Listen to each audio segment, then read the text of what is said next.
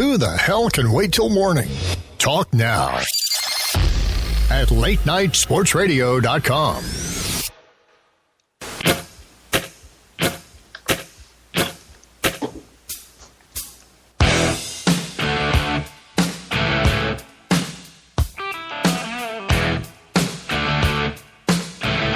Welcome to another edition of the Bob Seat with Alex B. Smith and Bob Sullivan here on latenightsportsradio.com. If you'd like to call in, the call-in number will be 585-633-7487. Alex, how you doing tonight?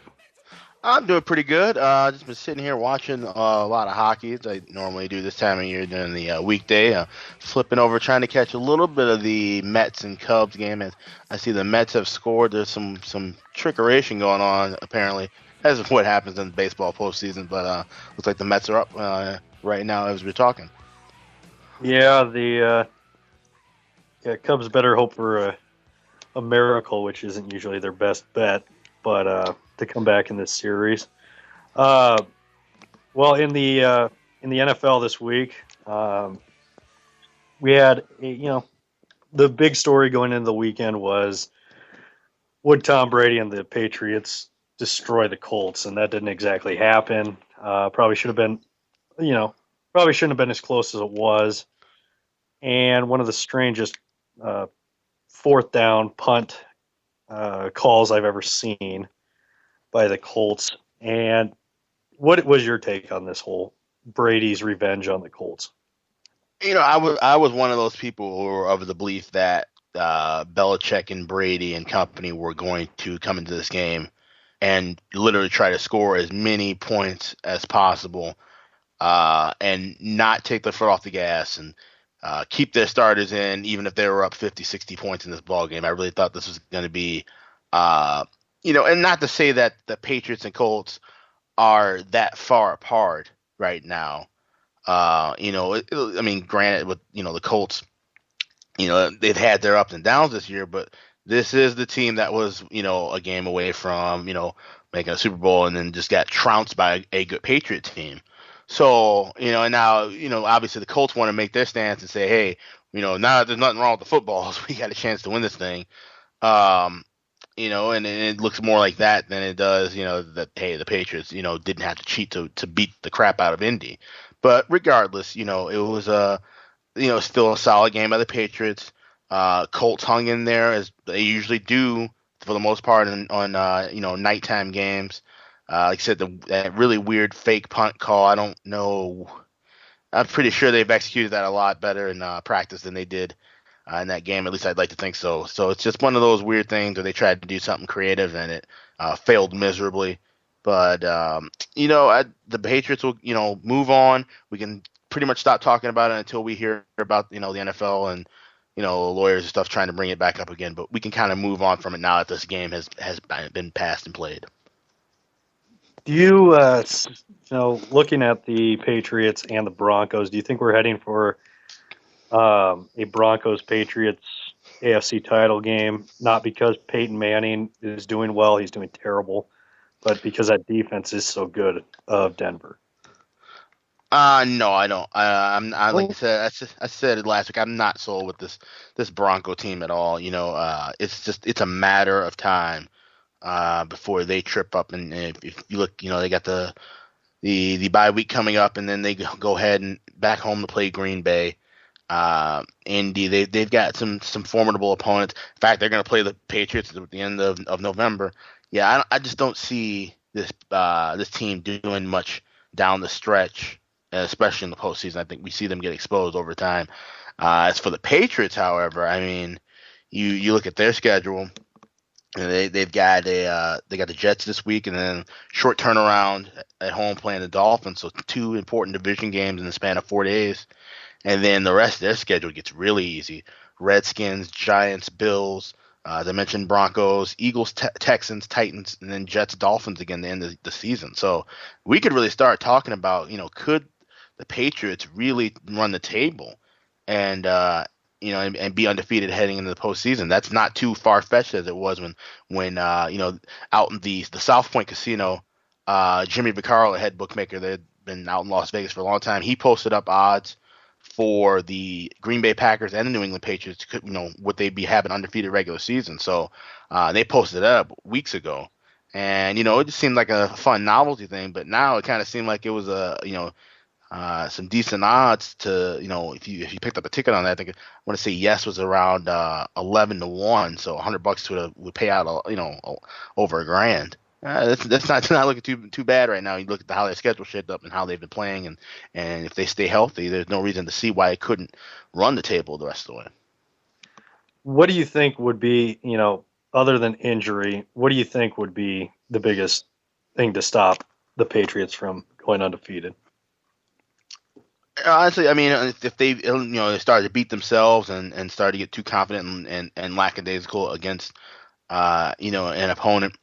They can't take anybody for granted, obviously. I mean, anybody can win in this league, but like I said, looking at that schedule, the two toughest teams they face, in my opinion, are the Broncos and the Eagles. And like I said, I'm not that high on the Broncos. Now, the fact that they do have to go on the road and play Denver, and then come back home to play a Eagles team that is getting things turned around, that could be a bit of a tough spot for the Patriots, and even. The short turnaround from this upcoming game into next week, where they have to play on a Thursday night. Those little quirks and nuances, if they can overcome that, which we know they can because we've seen Belichick and company do it before, then that's really the only obstacles I see really facing them going forward. Looking at the Packers playing a weak division, and then you look at with Aaron Rodgers, he's had a couple of not Aaron Rodgers type games. Sure. In the last 3 weeks. I guess against the who was it? Against the Rams, kind of could have expected that with how good their defense is. Right. But the Packers defense is never that good. I kind of see them once they get into December and January. I see this offense kind of sputtering in the postseason the way it has the last couple of years once it gets cold. Do you agree with that? Sure, I could see where it'd be issues for the Packers in the postseason as well. Now, looking at their second half schedule coming up, they're on the bye. Then they played at Denver. Great defense, as we mentioned. That's what's been carrying them for so long. The week after that, they're at Carolina, another really tough defense. Then they get back into the meat of NFC North play, home versus the Lions, at Minnesota, another decent defense. Thanksgiving with the Bears at home should be a cakewalk. Lions again, then Cowboys, Raiders, Cardinals, Vikings to end the year. Those are going to be tough teams to play. Not so much that they're great teams. Cardinals are a fantastic team, but if you look at Cowboys and Raiders late, they may not be playing for anything other than trying to spoil, teams' chances to position themselves for the playoffs. So it's always tough to kind of play some of those clubs late in the year. But I think we'll see. Obviously, too, we'll see some adjustments made, by McCarthy and so forth with the offense going down the stretch as the weather gets bad. Obviously, they're going to be playing in a couple of games in some inclement weather. And we're going to see them run the ball a little bit more. We're going to see, Rodgers protected. And here's the thing. Rodgers can scramble around a little bit when he needs to. So we might see that being implemented a little bit more. And especially as the weather, gets bad, if that line starts to still, be a little bit shaky down the stretch, they will make adjustments, and they find ways to win games. Like I said, the last 3 weeks haven't been pretty, but, hey, they're all W's in the standings. With looking at Carolina, they beat they took down Seattle. Seattle looks like they're a little bit of a mess right now. Everybody thought Cam Chancellor coming back was going to be the knight in shining armor. Do you like what you see from Carolina, and what do you think? Do you think Seattle's done? Well, as far as I'll start with Carolina, like I said, they're not I think they're one of the weaker, if not the weakest, undefeated team in football. I said it right there with Denver, in my opinion. And I am shocked that they were able to pull out the outright win at Seattle. Yes, this isn't the same Seahawks team we've seen over the last several seasons. Like I said, Chancellor coming back to make a big effort, and it did slightly, but they're still having a lot of issues, and the Seahawks having more offensive issues. And then of course we got the breaking news from the last couple hours now, where they're saying something about some car issue with Marshawn Lynch and Fred Jackson. Uh, I obviously can't reply any more about that. We'll have to hear more about what went on with that on various news sources throughout the week. But if that's some kind of an issue to hinder the offense any more than it already has, then they're in serious trouble. But you look at Carolina this week coming up against a tough, like I said, the Eagles are looking a lot better as time goes on. They looked great last night. Granted, it was against a weak Giants team, but that's the thing now. You got to separate yourself from the pack. And so if Carolina is really going to be serious about making a big run in the NFC, and especially in that South Division, this Eagles game is a game they're going to have to really pick up. They still haven't played the Falcons yet. They got the two matchups with the Falcons in the last 4 weeks of the season. Still got another game against the Saints. They got they have to play the Packers in a couple weeks after that. So they still got a lot of tough games that they have to win in order to prove that they're going to be one of the upper echelon teams in the NFC. Is there a team that you're out on as far as what you saw this week? Well, a team that's like kind of in the race, but I just don't believe is going to really do much of anything. To be honest, not so much. I guess if anything, I would say the Vikings. That was a tough win that they pulled out against a Chiefs team that is solid, but obviously isn't the complete Chiefs team without Jamal Charles. I really thought the Vikings would have handled that game a lot better, and won by a bigger margin than they did. So I could see where. I thought the Vikings might be one of those teams to kind of sneak in, and they still could be at only 3-2. It's still a lot of time left, but I think they're a team that will end up being on the outside looking in as far as when the wild card picture develops. With the as far as the Giants go, do you think that it's over in the NFC East? Do you think the Eagles are now that they're kind of starting to play? Not necessarily Chip Kelly football, but their offense is, starting to put up points the last couple weeks. Do you think the Eagles are going to run away with this division now?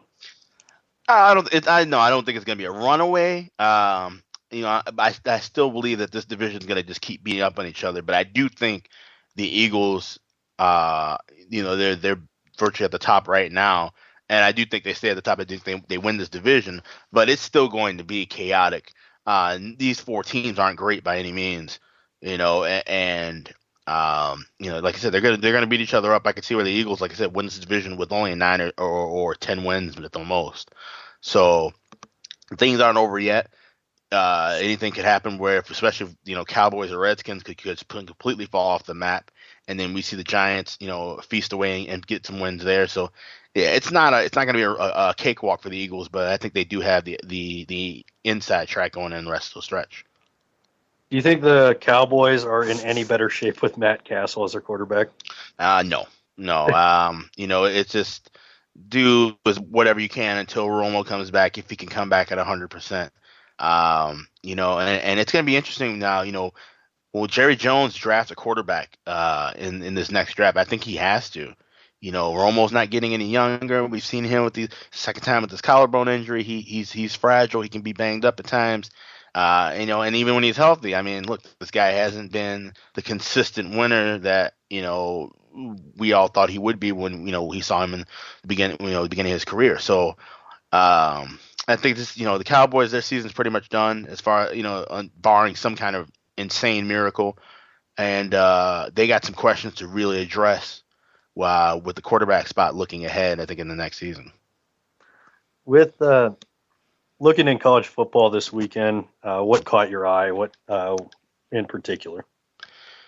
Well, you look at there's just been a lot of just it's getting tight within the the top 10 and teams. Obviously, Michigan State with that crazy game with how they were able to pull it out with Michigan. That was just absolutely insane of a finish, and it pretty much, in my opinion, knocks Michigan out of any chance to make it into the playoff right now. But you got a lot of teams that are just kind of still sneaking around, still sleeping, and getting close into that race. We're only just a couple of weeks away from the committee releasing their poll, and you got a lot of teams like Iowa that looked very good this week. Florida State winning ugly, still hanging around undefeated. LSU and Clemson still kind of hovering around the top, and of course you got Baylor and TCU. I think they're still going to just kind of float around where they are until they meet up. So nothing too interesting outside of, like I said, the Michigan State game. But like I said, things are just really heating up now to the point. You've got a team outside like Memphis. That still has that outside shot of being the the best team out of that group of five. So we'll see within the next couple of weeks. These things kind of pan out, and this is the time of the year where we're going to start seeing some upsets, and we're going to start seeing at least, I think, some of the lower spotted teams within the AP 25 start to fall over the next couple of weeks. If you had to bet on it, how many teams would you bet would wind up undefeated at the end of this year? I was trying to think of this the other day, like which teams because right now I think it's a little easier for me to say which teams I think are going to start losing pretty soon. Ohio State, I think, is going to be one of them. I'm not sure when, but there's so many questions, and they just look shakier and shakier against teams they should be destroying every week. But honestly, I think whoever wins between Baylor and TCU, I think, finishes the year undefeated. Looking at Utah, I think if they can find a way to win this game this week against Southern Cal, I don't think they have the toughest road, going ahead to, other than once they get into, that would be the Pac-12 title game.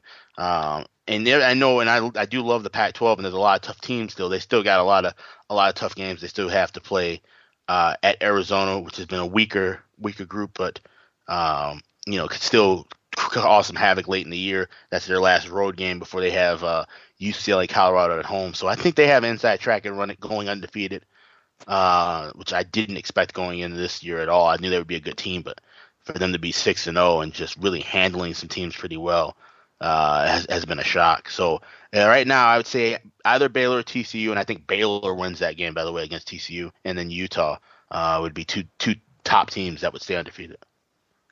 It's funny with TCU, their defense is terrible. Their offense is rolling along, but they have some, some of the turnovers that Boykin has had, and them offensively, you would think it would come back to bite them at some point. It's probably just going to have to be Baylor, and that's it. Because it should have cost them against Kansas State. That didn't end up happening. This team. Everybody's slowly getting off the TCU bandwagon, and more and more people are getting on the Baylor bandwagon. I'm one of those people. I think Baylor, looks great. You got a definite dual threat quarterback, and I can't see Baylor losing to anybody in the Big 12 right now. The Big 12, other than TCU, I can't see anybody really being a threat to Baylor in any game. And same with TCU. I can't see anybody really being a threat to them other than Baylor. Yeah, and I'm not gonna just completely sell off TCU. My thing is this: that they had a lot of injuries on that defense. It wasn't that it was going to be a decent unit, but the injuries that mounted up and so forth. They had some suspensions as well, and so there's just a lot of things that they had to deal with, but. Yeah, looking at Baylor, they've got it pretty easy the rest of the stretch. This week at Iowa State, they can name their score there. Then they go on the road to Manhattan, the Thursday night game at Kansas State. That's a very tough environment to play in, but you look at Kansas State, the issues they've had with quarterback injuries and just some really bad play calling. The faithful down there in Manhattan, Kansas, they're basically calling for without actually calling for Bill Snyder to pretty much kind of hang up the headset once and for all now. Then they go, they got to stretch Oklahoma at Oklahoma State, and then leading into that Thanksgiving weekend battle at TCU.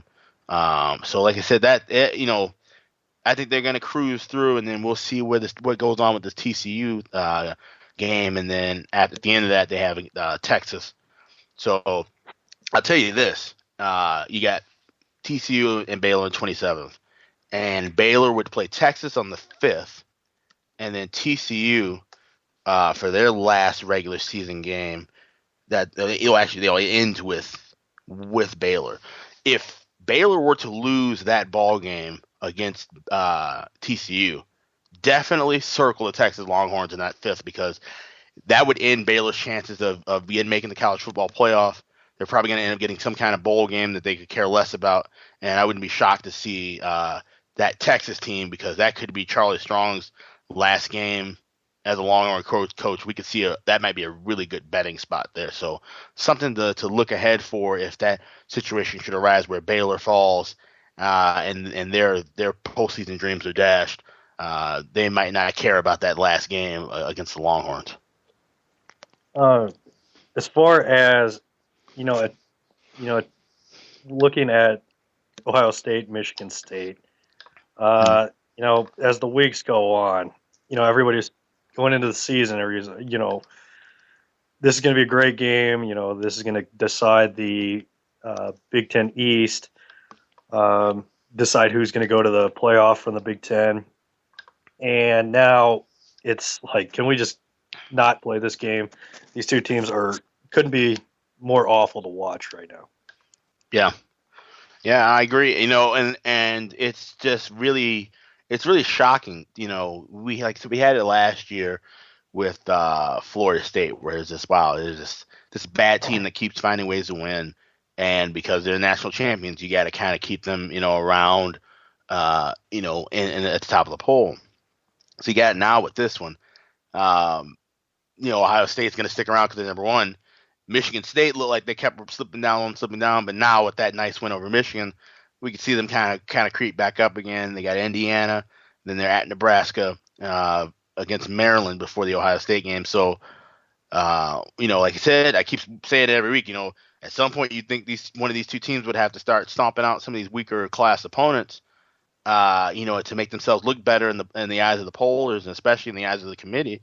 But we haven't seen it yet. So, and I don't think the committee is going to have the stones, for lack of a better term, to keep one of these two teams out if they're undefeated that first week of the polls. When the committee polls come out, I just don't see it. So we're going to see some outrage because a team like a Utah or a Baylor or LSU, who's been looking better than either one of these two teams, will be out if they're undefeated for that first couple of weeks in the polls. So it's going to be really interesting to see what comes out from the committee that first week. Do you think Florida's necessarily out?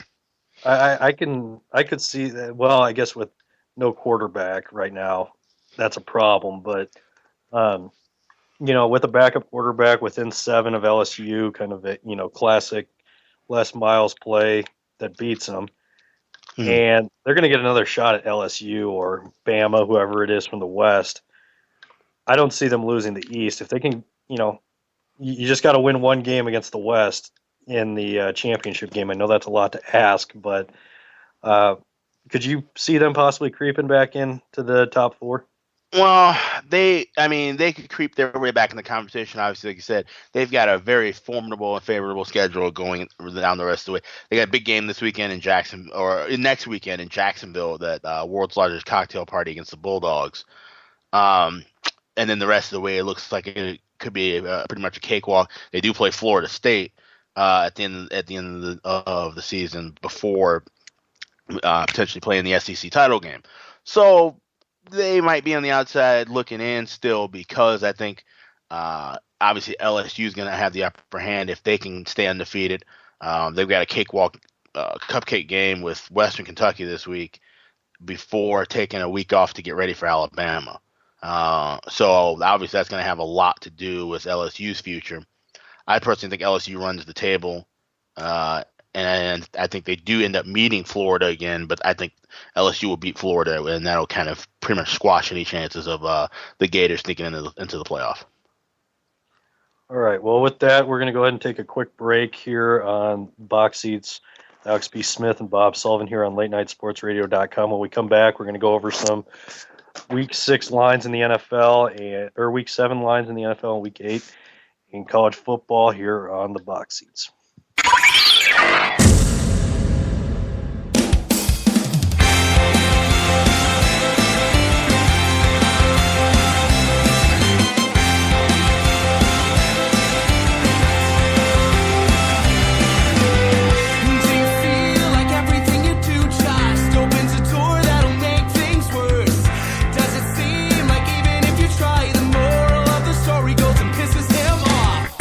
Maybe I could offer up an answer to a tale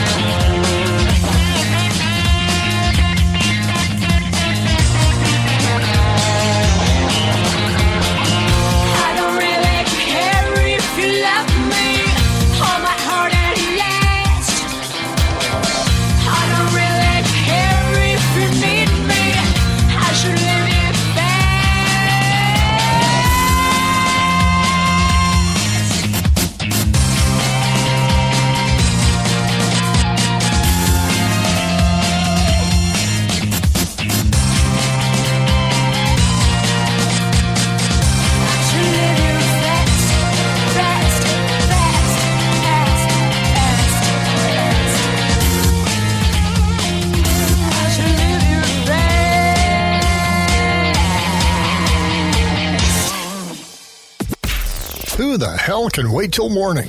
Talk now at latenightsportsradio.com.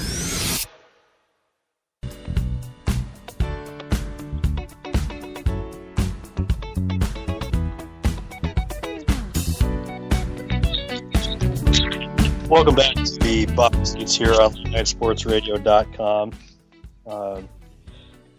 Here we're going to talk some NFL and college football lines here. If you want to call in, the call-in number is 585-633-7487. Alex, so the Week 7 lines are out for the NFL. What caught your eye as far as lines go this week?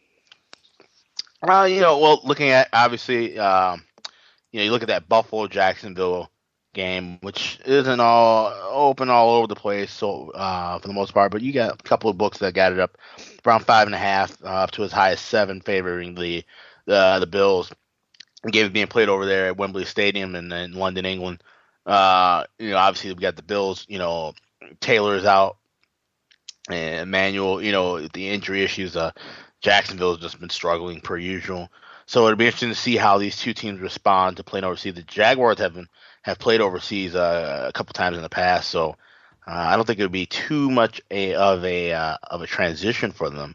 So it's interesting. It's hard to ever take a shot with taking the points with the Jaguars, but it's something possibly worth taking a look at. You might want to listen in to see some of the quotes from the coaches and players to see how they're feeling going into that ball game. So that's one thing that kind of did catch my eye. Looking down the rest of the card, not a whole lot of great spots. A lot of numbers kind of falling right where I had them projected or expected.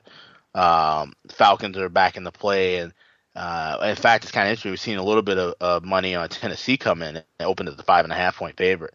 Now they're down to 3.5, some 4s in some spots. We've seen that number get pulled out of a couple of shops. I'm not exactly sure what it might be the cause of that. Could be some injury issues. I haven't seen anything. I know, it's obviously Julio Jones is going to be on the injury list every week, so I can't imagine that would be enough to pull the line down off the wall completely. But so I think that is interesting that we are seeing some Titan money coming in on that. I know a lot of people haven't been as high on the Falcons as I have this year, but Tennessee hasn't really looked too sharp in the last couple of weeks. Yeah, and Mettenberger starting, I assume that's not going to bode well for them. One line that did surprise me: New England favored by 9 on the Jets. The Jets. If this was last year or 2 years ago, I would have probably said yes. I'd agree with that number, but it seems a little high for the Jets. Pretty decent team. I wouldn't be surprised if they make the playoffs. And Fitzpatrick is serviceable back there. I think they keep this game relatively close. I think 9's a little high. I would have gone, maybe 6.5, 7 with this number. I know it's at New England, but I don't see the Patriots just going off on the Jets the way this kind of makes it sound like they will. No, sure, and I'm going to tell you something. This 9 and what was a 9.5. These 9s and 10s that you're seeing around here, that's not so much, a true just power ranking spread perspective in which we're seeing up there. The books are protecting themselves with the Patriots, and we're going to see this the rest of the way. This game should be around the 7.5-point line, but we're seeing the 9s and 9.5s open up early because they're only going to get bet up that way. The public loves New England, and the public is going to keep betting them regardless of the spread. So the books are protecting themselves by hanging it 2 points higher right now anyway, and we're going to see this thing go up 10 and a half. We might even see 11 at one shop or another. So for people who are interested in playing the Jets, this is just a game I'm going to stay away from because, that's the thing. New England has a propensity to, beat the living daylights out of any team in the NFL whenever they feel like it. But the Jets have a great defense. Like I said, Fitzpatrick manages the ball well. This could be a close game. It's one you might want to wait on because you will get 10 plus 10.5, maybe even plus 11 points I'd rather have the plus 11 than have a plus 8.5 or a plus 9 right now. So if I were looking at playing the Jets, this is a game I'd probably wait until Saturday night, maybe even early Sunday morning to go ahead and take the points on. Another one that intrigues me a little bit is the Seattle favored by 6 at San Fran on Thursday night. With Seattle, probably the best thing for them to have a short week this week to not, just get right back into the swing of things. Mm-hmm. San Francisco's terrible. But I could actually see San Fran covering this. Just, Kaepernick's playing better. Seattle is, they've had shortcomings in the fourth quarter. And looking at, if Kaepernick starts gunning it, I could see them catching up. Caveat there is, if Kaepernick starts gunning it, that always leads to probably more interceptions against Seattle, which probably plays into their favor in a game like this. I'd probably stay away, but I'm more inclined to take San Francisco to cover this in a short week. Yeah, this is a game I would completely advise everyone to stay away from. This is not going to be a fun Thursday game to watch. And the thing is this, if I had to make a play on this game, it would be San Francisco. You got the primetime home underdog situation, which is always solid. We saw how San Fran played at the beginning of the year. Monday night game, defense looked outstanding at home. Like I said, Seattle's had a lot of offensive troubles. But the thing is, can Colin Kaepernick, stay conservative enough and manage the football well against the Seattle defense, even though it is still not this great Seattle defense of old? Will he get comfortable and start carrying, going too far, start throwing the ball around and making a lot of mistakes and not, finding the right routes and receivers and throwing interceptions and so forth? So I'm definitely not comfortable laying, a touchdown with Seattle right now, wherever they play. And, San Fran, I'm not, rushing to the counter or to my computer to take the points with them at any time too. So this is the game just completely stay away from. If anything, maybe check and see how the weather's going to be out there. It could be a spot for looking at the first half under. These teams have always played each other pretty close to the vest and pretty slow early. So, like I said, if neither team wants to make any mistakes, and these offenses have been pretty mistake prone, so we might see a really conservative first half. So that first half under comes out, it'll probably be around, could be around 17.5 to 19.5 range. I might look at maybe playing that if I were to play anything in this contest. The bye week is favored by 5.5 against the Chicago Bears. What is your take on that? You got to go with the rest. You got to go with the rest. That Bears game last week was just so brutal. They think they had it, and John Fox. I like him. He's a good coach, and he's a great coach in the week. But I think some of his issues now are that he can't. His in-game management and his, making changes and transitions from the first half to the second half just haven't been there as of late. And key example was we saw Matt Forte do nothing up the middle from the first quarter. Yeah. It seemed as if Matt Forte kept getting the ball on every first down drive to run right up the middle the entire game. And it just didn't make any sense. We knew he wasn't gonna pick up 1, 2, or 3 yards, tops. And so why he kept making this play call just didn't make any sense. He had a bad timeout call that pretty much led to Detroit even making the comeback to force overtime. And it just snowballed. There was a lot of bad penalties called. The referees didn't help anybody out, to be honest. There were a lot of terrible penalty calls in this ball game last week. So. That's a game really the Bears should have won. Detroit was fortunate to finally get their first win, and we'll see if it carries any momentum over this week as they play Minnesota. I really don't think it does. I think the Vikings, like I said, they have a really good defense, and I think they come in and swarm all over the Lions this week. I'll talk more about that toward the end of the show, but yeah, like I said, the Bears, they'll come back next week, and we could see some value spots with them down the stretch, but it's not going to get any prettier. That was their good best chance of getting a nice solid division win. There's nothing that really intrigues me this week in the NFL as far as lines go. I mean, I think it might. I guess Arizona 7.5 over Baltimore, the 48.5 total. I'd be more inclined to pick the over on that. I think that's pretty much the only thing I like right now, taking the over in that one. But there's really not a lot of things I like this week in the NFL. No, I agree with you. I mean, last week I didn't play a single game personally in the NFL. That was the first time I'd done that in probably about a little over a year. Like I said, the last couple of years it's been like that. It went from finding a handful of great spots and having to narrow them down to the last 2-3 seasons now. And it's a testament to the popularity of the NFL and just how sharp the books have gotten to adjusting the players and how many more square players, how many more sharper players are getting involved with some of these spreads. So there's not a lot of value. It's the old adage is most of us aren't the sharper players aren't betting teams, they're betting numbers. But if the NFL, you gotta bet both, in my opinion. And so yeah, there's some. If I want to look for shoot for value and bet numbers, and yeah, I'll start betting the Jets, this week, or like I said, San Francisco, the primetime hold dog. I like, yeah, there's situations, there's angles, and there's numbers, but you have to combine it. You have to remember the teams because there are some really bad teams, there are some really good teams, and those weigh a huge decision in the outcome of these lines because of how tight they are and how great of a job the bookmakers do of putting these numbers up.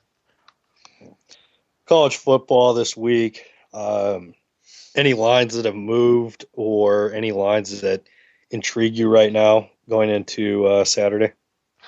I haven't seen any major moves that have been of interest, but there are some quality games. The game that I'll be watching for sure Thursday night, which doesn't have any implications towards the AP Top 25 poll or the college football playoff or anything like that, but it's going to be a damn good ball game between two teams who do well against the spread, Appalachian State and Georgia Southern. The winner of this game is pretty much going to be, in my opinion, they're going to run around and win the Sun Belt, and they're going to get a solid bowl game. These two teams played the Southern Conference in the FCS, the old 1AA, and they were major powers back in the day in 1AA. That's how they made it up to this jump to 1A. Now, we heard about Georgia Southern and their power running game for years, and Appalachian State, same deal. And, they were able to upset teams like Michigan and so forth and make the rise up to this spot. So these two teams have a history. And now the fact that they are in their first years of being bowl eligible and now have to run through one another to get to that next jump, more than likely, to get at least a quality bowl game, it's going to be a really good contest. You got Appalachian State as a 6-point favorite at home. That's going to be a raucous crowd, national TV. And I look at laying the Mountaineers. The Mountaineers have covered 9 of their last 12 against the number. They've been covered 5 of the last 6 as a home favorite. So that's a game I'll definitely be watching. And I haven't fired away on it just yet, but I think I might take a flyer with the Mountaineers in that ball game. I know you were very bitter towards Northern Illinois a couple weeks ago, favored by 28 against Eastern Michigan. Eastern Michigan, one of the worst teams in college football, other than Kansas. Are you leaning towards NIU, or are you going to leave this alone? I mean, if I have to play this game this week, I certainly would be leaning with the Huskies at home. Eastern Michigan, they're just terrible on both sides of the ball, and Northern's finally back to hammering these horrible teams and covering numbers. They beat the snot out of Miami, Ohio last week, 45-12, and they covered the big number there. And they have this game at home, Eastern Michigan. Then they have a bye week before getting ready for the huge Tuesday night national TV game at Toledo, which is going to be massive. That's pretty much going to be a game to decide. Obviously, it has no implication on who wins the division title anymore, but if the Huskies are going to make a run at being bowl eligible, and you look down the stretch, so Eastern Michigan, then 2 road games at Toledo and at Buffalo, then they close out the year at home at Western Michigan and at Ohio.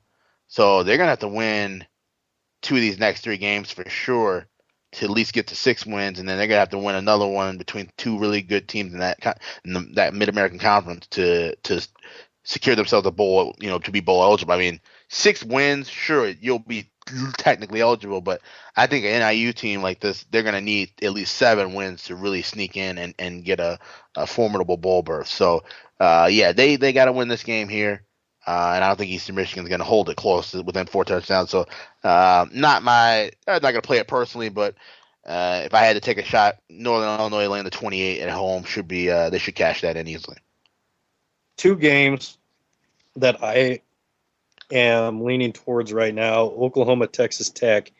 Oklahoma coming off a huge win against K-State, and it's been, as is tradition at Oklahoma, is to have a letdown after a big win like that under Stoops.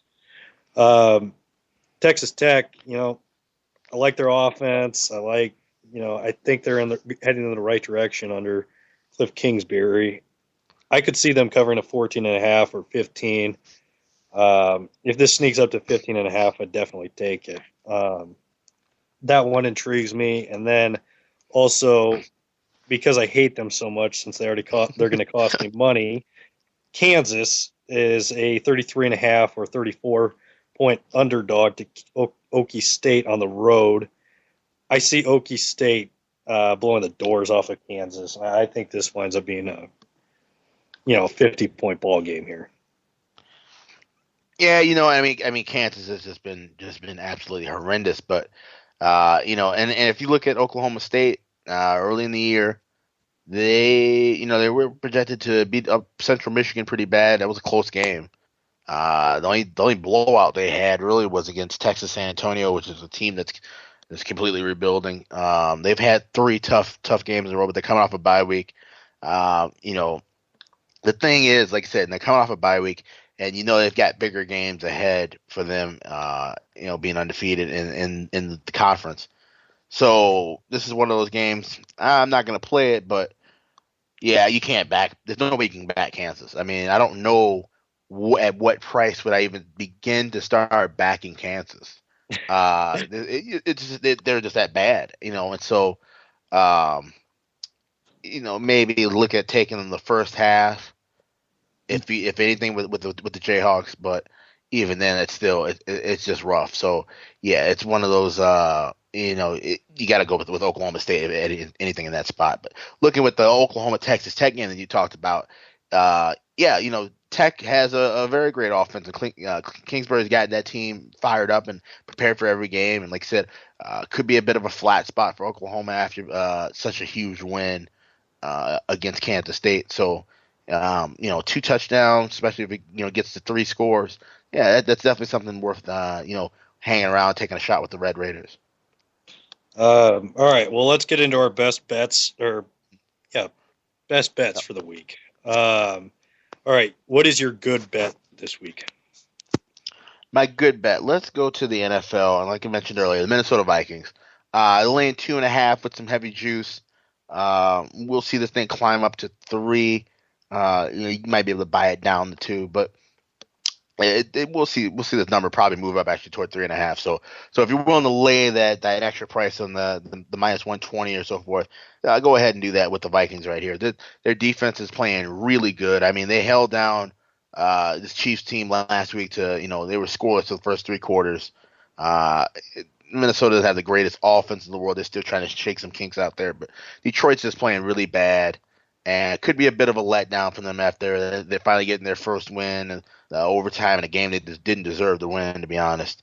They were really shaky. So I think the Vikings go into Ford Field and pull out a win. I think they cover this number. I think they win it by at least a touchdown. So that's my good bet. My good bet is Clemson going to Miami. They're favored by 6.5. I'm going to take them to cover that. I think this winds up being a 14, 17-point game. I'm going to go ahead and go Clemson over Miami in the orange, or I guess it's not. I guess it's Landshark Stadium or some stupid name like that now. But right. I'm going to take that one as my good bet. What is your better bet this week? My better bet, looking at college football, I mentioned, I kind of touched on this one briefly, but LSU at around 16 and a half, 17 points against Western Kentucky.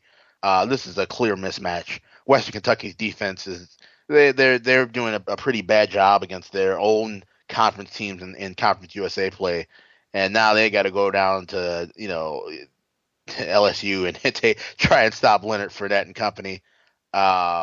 I just don't see that happening at all. The Tigers are just going to absolutely manhandle the Hilltoppers in this game. So I'd look at maybe even this would be something I'd honestly look at. You know, where I would tease this one. I'd play the Tigers and the over, and kind of tease those numbers down a little bit. I think it's LSU name their score and pretty much take care of business one sided. Western Kentucky's got a decent offense that could get up some points late if they play against the LSU second team. So they might find the end zone a couple of times, but LSU, the total at 65.5, you tease that down a little bit. LSU should be able to put up about 50 points in this ball game rather quick and easy. My better bet this week, Baylor, Texas State, Iowa State, excuse me. Mm-hmm. Baylor favored by 37 over Iowa State at home. Iowa State gave a little bit of trouble to TCU. They're not going to follow up giving trouble to TCU very well. They're going on the road to Baylor. I see Baylor just eviscerating Iowa State. And I would Baylor putting up 70 wouldn't surprise me. Maybe a 70-21 type of ball game that I'm looking at here. I know that's risky with how high the point spread is, but I'm a risky type of guy. All right, your best bet of the weekend. The best bet of the week said Thursday night. Not sure what channel this is on. I'm going to have to figure that out before the night. But Georgia Southern, Appalachian State, and Sun Belt battle. Like I mentioned, two rival teams. A lot of history, a lot of hatred there over many years. You got the Mountaineers, like I said, have been doing really well against the spread. 9-3 their last 12 overall. 5-1 their last 6 as a home favorite. I think they defend their home turf up there in Boone, North Carolina, and I think they get the big win and can cover this game by more than a touchdown. So I'll land the point to the Mountaineers. My best bet, they're a terrible team, but I don't see this team covering. Boise favored by 35 over Wyoming.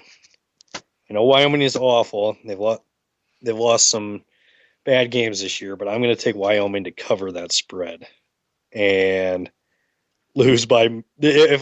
I'll try to get it for 35. If I can get it for 35, I would take Wyoming definitely in that spot. Okay, all right, that's all.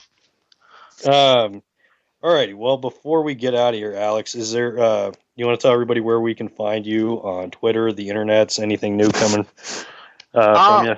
Yeah, so I'm on Twitter at axsmithsports.com. I'm at sportsminimal.com and Vegas Insider, Kelly in Vegas. On my own website, axsmithsports.com. They said we got the Pink October initiative for breast cancer awareness. We still got that going on for the rest of the month. But coming up November 1st, we've got a whole new layout change for axsmithsports.com.